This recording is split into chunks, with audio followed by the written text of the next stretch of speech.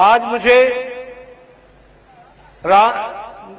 इस पावन धरती पर, राम जानकी मठ की धरती पर, माता सीता की धरती पर आने का सौभाग्य मिला है। मैं ऐसी धरती को नमन करता हूं, प्रणाम करता हूं और आशीर्वाद लेता हूं। वैशाली बुद्ध की कर्मस्थली रही है,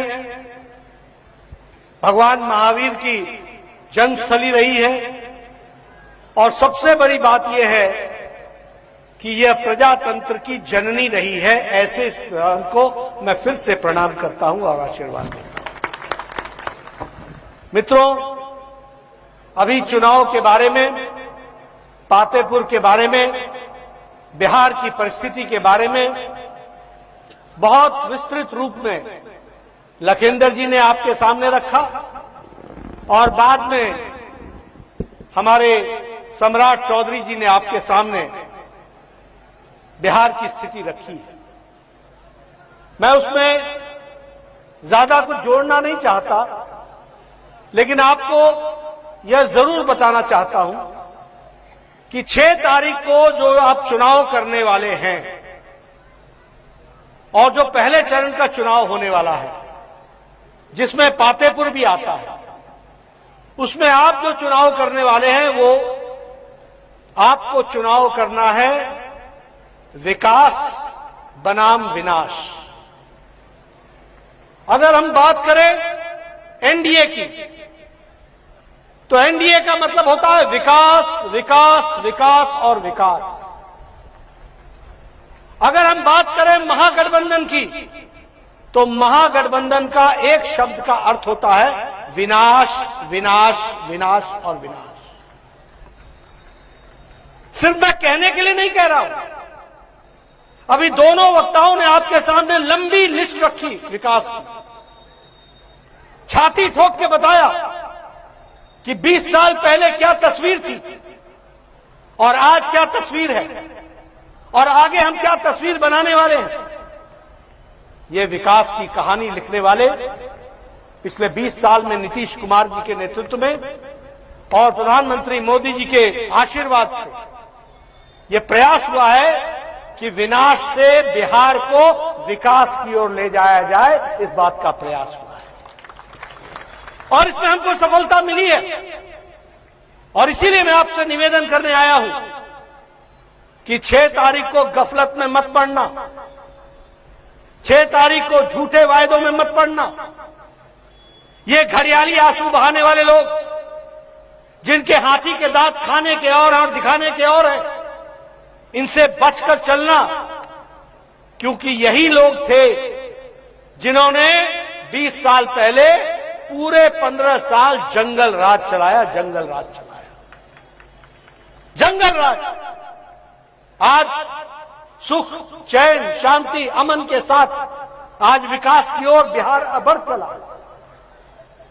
अगर मैं रेलवे की बात करूं, तो आपको मैं बताना चाहता हूं कि पिछले 10 साल में रेलवे में 10 गुना ज्यादा बजट दिया गया, 10 गुना ज्यादा। कभी आपने सोचा भी नहीं होगा। अगर मैं वंदे भारत ट्रेन की बात करूं, तो 20 ट्रेनें वंदे भारत की बिहार से चलती हैं और बिहार से गुजरती हैं। अगर मैं अमृत भारत की बात करूं, अमृत भारत एक्सप्रेस सर्विस की बात करूं, तो 26 ट्रेनें बिहार से ओरिजिनेट करती हैं, बिहार से शुरू होती हैं। अगर मैं अमृत स्टेशन की बात करूं, तो 98 रेलवे स्टेशन बिहार में नए बन रहे हैं, जो एयरपोर्ट के मुकाबले के चकाचक हालत में आएंगे। इस तरीके का काम चल रहा है। इसलिए विकास की दृष्टि से, चाहे रेलवे हो, हाईवे हो, एयरपोर्ट्स हो, हर तरीके से विकास के काम को आगे बढ़ाया है। मैं अभी लखिंदर जी से पूछ रहा था कि लखिंदर जी, पहले आपको पटना जाने में कितना टाइम लगता था, जिसके बारे में सम्राट चौधरी जी ने भी बाद में बताया। तो 5 घंटा 4 घंटा लगता था, और अगर गांधी सेतु पर जाम लग जाए तो रात गुजर जाती थी। आज जेपी सेतु से आप 1.5 घंटे के अंदर पटना पहुंचते हैं। यह विकास की कहानी, यह विकास की कहानी। आज मुझे गौरव होता है ये बोलते हुए कि हर सब सेंटर को हमने आयुष्मान आरोग्य मंदिर बना दिया है और नई बिल्डिंग दे करके उसको हम सुसज्जित कर रहे हैं। इस तरीके का हम स्वास्थ्य में काम कर रहे हैं। आज मैं आपको बताना चाहता हूं, अभी सम्राट जी ने उसकी चर्चा की। आज 4 एयरपोर्ट चल पड़े हैं, 10 एयरपोर्ट पर आप काम कर रहे हो। किस तरीके से भारत के साथ बिहार जुड़ रहा है इसको समझो। दूर दराज के इलाके में एयरपोर्ट जब बनेगा तो वहां का सामग्री सीधे सीधे एक्सपोर्ट के लिए जाएगी और वो निर्यात होगा, आयात होगा। इस बात की हमको कोशिश होगी, इस बात को हमको समझना चाहिए। एक्सपोर्ट इंपोर्ट पर हम काम कर रहे हैं। इसलिए मित्रों, मैं आपसे एक निवेदन करना चाहता हूं कि आप विकास की इस कहानी में अपने आप को जोड़ें और आगे बढ़ाएं। मखाना तो पहले भी होता था, कभी किसी ने चिंता की कि मखाना बोर्ड बने? आज मखाना बोर्ड बन करके 100 करोड़ रुपए दे करके उसको हम अंतर्राष्ट्रीय स्तर का मार्केटिंग करने का इंतजाम कर रहे हैं। इस तरीके का हमारा काम चल रहा है। मधुबनी पेंटिंग्स पर जीएसटी में सम्राट चौधरी जी ने छूट दे दी है। उसी तरीके से हमारे भागलपुर के सिल्क के लिए उसमें भी जीएसटी में छूट दी गई है। जो 12% टैक्स होता था उसको 5% पर ला करके खड़ा किया गया है, ताकि आम जनता को सुविधा मिल सके और बिहार का सामान ज्यादा से ज्यादा देश और दुनिया में पहुंच सके और बिक सके। इसकी सुविधा करने के लिए किया है। ऐसे काम उठाए हैं जिससे बिहार का सर्वांगीण विकास हो, हर तरीके से विकास हो। और आपको यह भी मालूम है कि महिला रोजगार योजना के तहत जो 2 लाख रुपए की व्यवस्था की गई और 10,000 रुपए की किस्त दी गई है और महिलाओं को पहुंचाने का काम किया गया है। 75 लाख महिलाओं को ये इसकी सुविधा दी गई है। यह सुविधा अपने आप में महिला सशक्तिकरण की ओर इंगित करता है। और यह महिला सशक्तिकरण कोई आज का देन नहीं है। नीतीश कुमार जब पहले मुख्यमंत्री बने थे तब से बच्चियों को साइकिल देने से लेकर, स्कूल की स्कॉलरशिप देने से लेकर, महिलाओं को आरक्षण देने से लेकर महिलाओं को मुख्य धारा में खड़ा करने का काम नीतीश कुमार ने किया है। इस बात को हमको ध्यान में रखना चाहिए। इसलिए विकास के दृष्टि से अभी बिजली के बारे में आपको बताया उन्होंने कि किस तरीके से 1 करोड़ से ज्यादा लोगों का बिजली का बिल 0 आ रहा है। किस तरीके से प्रधानमंत्री सूर्य घर घर योजना को हम आगे बढ़ाने का काम कर रहे हैं। किस तरीके से आशा वर्कर्स के तनख्वाह में 3,000 रुपए की वृद्धि की गई है। ममता वर्कर्स के बीच में उसको 600 की वृद्धि की गई है। यानी हर तरीके से सर्वांगीण विकास के लिए सशक्तिकरण करने का काम प्रधानमंत्री मोदी जी के आशीर्वाद से नीतीश कुमार जी ने बिहार की धरती पर किया है। इस बात को हमको ध्यान में रखना चाहिए। और मैं नौजवानों को विशेष करके बताना चाहता हूं कि नीतीश कुमार जी ने मोदी जी के आशीर्वाद से जो बिहार में यूथ कमीशन स्थापित किया है, यह बिहार के नौजवानों की तकदीर और तस्वीर बदल डालेगा। इसको भी आप समझ लीजिए, ये भी आप ध्यान में लीजिए।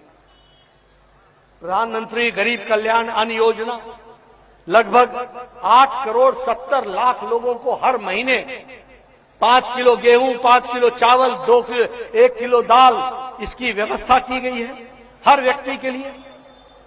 और इसके साथ साथ यह भी किया गया है जिसके कारण 25 करोड़ लोग आज गरीबी की रेखा से ऊपर उठ चुके हैं। इसको भी हमको ध्यान में रखना चाहिए। 1 करोड़ से ज्यादा लोगों को पक्का मकान दे दिया गया है। अगर मैं बात करूं आयुष्मान भारत की, तो 5 करोड़ 45 लाख लोगों को मोदी जी के आशीर्वाद से सालाना 5 लाख रुपए का हेल्थ कवर दिया गया है। 5 लाख रुपए का हेल्थ कवर उनके विकास के लिए, उनके स्वास्थ्य की चिंता के लिए यह एक बहुत बड़ा काम हुआ है। और मैं इसलिए आपको बताना चाहता हूं कि मैं प्रदेश में भी स्वास्थ्य मंत्री रहा, मैं देश का दूसरी बार स्वास्थ्य मंत्री हूं। 15 साल पहले, 10 साल पहले लोग मेरे पास आया करते थे नड्डा जी इसको कैंसर हो गया है, इलाज के लिए पैसे नहीं है, अगर ये इलाज कराएगा तो इसका घर बिक जाएगा, अगर ये इलाज कराएगा तो इसका मकान बिक जाएगा, इसकी जमीन बिक जाएगी। कोई कहता था इसका बाईपास होना है, अगर ये बाईपास कराएगा तो इसका घर बिक जाएगा, इसके पास आर्थिक स्थिति नहीं है। और मैं ये भी जानता हूं कि ऐसे कई बुजुर्ग थे जो ये कहा करते थे कि हमारी उम्र तो हमारे को रहे, नौजवानों को आगे बढ़ना है, इसलिए बच्चों पर पैसा खर्च करो, मेरे इलाज की चिंता छोड़ दो, हमने जी लिया जितना जीना है, और भगवान भरोसे हुए अपने आप को छोड़ देते थे। ऐसे लोगों को आज प्रधानमंत्री मोदी जी ने 62 करोड़ लोगों को, 1 करोड़ 40 लाख की जनसंख्या में 62 करोड़ लोग और बिहार के 5 करोड़ 45 लाख लोगों को इसमें जोड़ा है और 5 लाख रुपए का सालाना हेल्थ कवर दिया है ताकि वो गंभीर बीमारी का इलाज करा सके। ये परिवर्तन आया है। इस तरीके से देश को स्वस्थ बनाने का काम हम लोगों ने किया है। आज 1 करोड़ 16 लाख लोगों को हर घर नल बिहार में पहुंचा दिया गया है। उसी तरीके से किसान सम्मान निधि में 46 लाख किसानों को हर तीसरे महीने मोदी जी का 2-2 हजार उनके बैंक के अकाउंट में आ रहा है ताकि किसान आत्मनिर्भर होकर के खड़ा हो, अपनी छोटी रोजमर्रा की खेती की चीजों को खरीद सके और उससे वो काम चला सके, बीज ले सके, फर्टिलाइजर ले सके, खाद ले सके, इसकी व्यवस्था की जा रही है। उज्ज्वला योजना के तहत 1 करोड़ 16 लाख बहनों को गैस पहुंचाने का काम किया है और गैस का सिलेंडर दिया है। और इसी तरीके से विकास के काम को आगे बढ़ाने का काम जो आज हो रहा है वो हम सबके सामने है। मित्रों, मैं लखविंदर जी के बारे में एक बात बताना चाहता हूं। ये एक ऐसे प्राणी हैं जिन्होंने न घर देखा, न सुबह देखा, न शाम देखा, इन्होंने देखा तो सिर्फ फतेहपुर की जनता को देखा है। इस बात को हमको समझना चाहिए। इन्होंने स्वास्थ्य के क्षेत्र में, बिजली के क्षेत्र में मैंने जानकारी हासिल की। आज से 12-15 साल पहले, 15-20 साल पहले आपके यहां बिजली आती नहीं थी, जनरेटर पर काम चलता था। मैं ठीक बोल रहा हूं कि नहीं?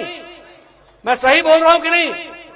मोबाइल को चार्ज कराने के लिए भी जनरेटर वाले के पास जाना पड़ता था और 10-10, 15-15 रुपए देने पड़ते थे, तब जाके मोबाइल चार्ज होता था। ये दिन देखा है कि नहीं देखा आपने? मैं सच बोल रहा हूं कि नहीं बोल रहा हूं? आज आपके यहां 22-22 घंटे, 23-23 घंटे बिजली रहती है। ये परिवर्तन हमको समझना चाहिए। गांव में सड़कों का जाल बिछाया जा रहा है। जहां पगडंडी होती थी वहां सड़क बन रही है।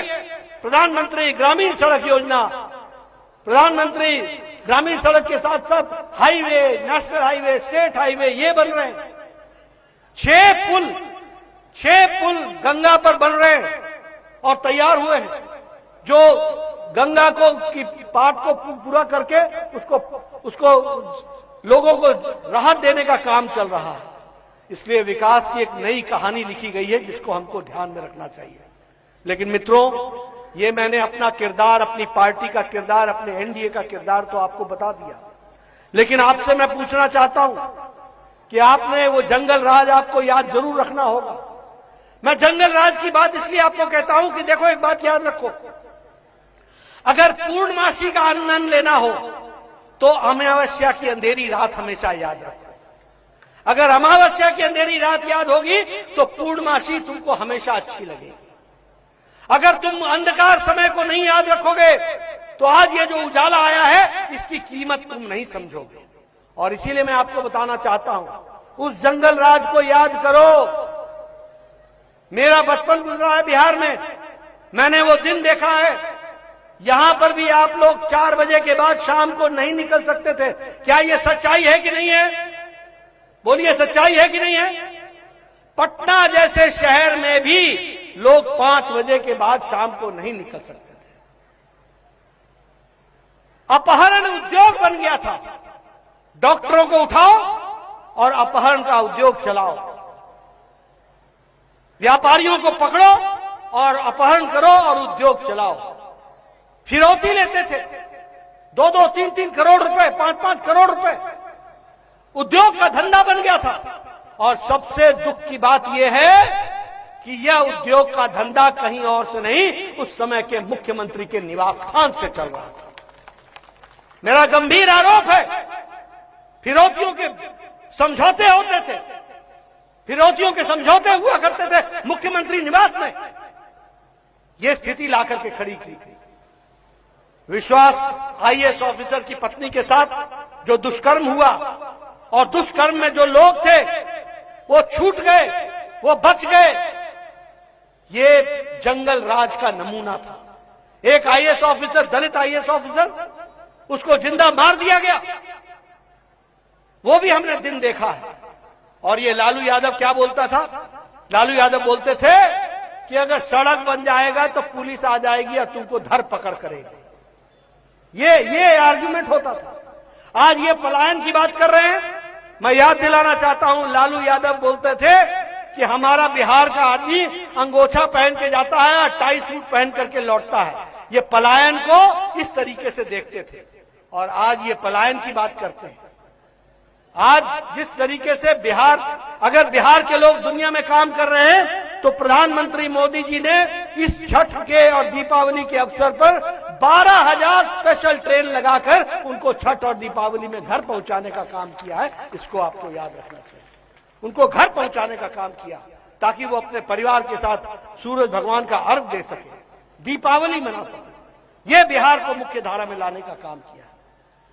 हाईवे, नेशनल हाईवे, एक्सप्रेसवे, हर तरीके से विकास के काम को जहां हम लोगों ने तरजीह दी है, वहीं हम इस तरीके से इस काम को आगे बढ़ा रहे हैं। और कांग्रेस पार्टी के बारे में बोलना चाहता हूं। कांग्रेस पार्टी ने हमेशा बिहार के बारे में गलत शब्द बोले। तेलंगाना का मुख्यमंत्री है रेवंत रेड्डी, कांग्रेस का, वो बोलता है कि बिहार के डीएनए से तेलंगाना का डीएनए, लोगों का डीएनए अच्छा है। आप बताइए, ये सुनने के लिए बैठे हुए हैं क्या? ये कांग्रेस पार्टी के लोग आएंगे तो इनसे पूछोगे कि नहीं पूछोगे? ये चन्नी बोलता है कि बिहार के भैये आकर के हमारे पंजाब में वो गड़बड़ी कर रहे हैं। ये राज ठाकरे बोलता है कि ये जो बलात्कारी है ये बिहारी है। आप बोलिए, ऐसी बात हम सुन सकते हैं क्या? ऐसी बात हम सुन सकते हैं? ऐसे लोगों को मुंह तोड़ जवाब देने का तरीका एक ही है कि 6 तारीख को पातेपुर में कमल के फूल पर मोहर लगा करके आप लखिंदर जी को चुनाव जिताए। मित्रों, मैं एक बात और बोलना चाहता हूं। आज ये तेजस्वी और लालू यादव आज विकास की बातें कर रहे हैं। इनसे पूछो कि तुम्हारे राज में, तुम्हारी माता की राज में, तेजस्वी की माता जी के राज में और लालू जी के राज में, तेजस्वी के पिताजी के राज में किस तरीके का अंधकार था, किस तरीके के गुंडा राज था, और किस तरीके से कानून व्यवस्था ठप थी। और एक बार भी आपने आज दिन तक माफी नहीं मांगी है। आज दिन तक नहीं माफी मांगी है। आप बताइए, ऐसे लोगों को माफ करोगे क्या? कभी माफ करेंगे आप? मैं आपसे निवेदन करना चाहता हूं कि ऐसे लोगों को, इनकी नीयत अभी भी बदली नहीं है। अगर ये आज शहाबुद्दीन के बेटे को टिकट देते हैं तो याद रखना, इनका जो सोच है वो गुंडों को प्रश्रय देने का सोच है। इससे ये बाहर नहीं है। ये उन्हीं के बीच के हैं। सत्ता अगर मिलती हो उनको तो वो दुरुपयोग ही करने वाले हैं और आपके हितों की रक्षा नहीं करके आपका अहित करने वाले हैं। इस बात को आप समझिए। इसलिए मैं बोल रहा हूं कि एनडीए को वोट देने का मतलब है, लखिंदर पासवान को वोट देने का मतलब है विकास, और विपक्ष को वोट देने का मतलब है अपना विनाश। ये बात स्पष्ट रूप से आप समझ लीजिए। और मैं एक निवेदन आपसे और करूंगा अंत में। मैं ज्यादा समय आपका नहीं लेना चाहता, लेकिन मैं एक निवेदन नौजवानों से करूंगा, क्योंकि आपको कल्पना नहीं होगी कि ये जंगल राज क्या था, ये अंधकार राज क्या था, ये गुंडा राज क्या था। 6 तारीख को वोट देने से पहले अपने माता पिता से पूछ लेना कि उन्होंने किस तरीके की जिंदगी लालू राज में गुजारी है। अपनी बड़ी बहन से पूछ लेना, अपनी चाची से पूछ लेना कि लालू राज में महिलाओं की क्या स्थिति थी और आज नीतीश कुमार के राज में किस तरीके से महिलाओं का विकास हो रहा है, इस बात को समझ लेना।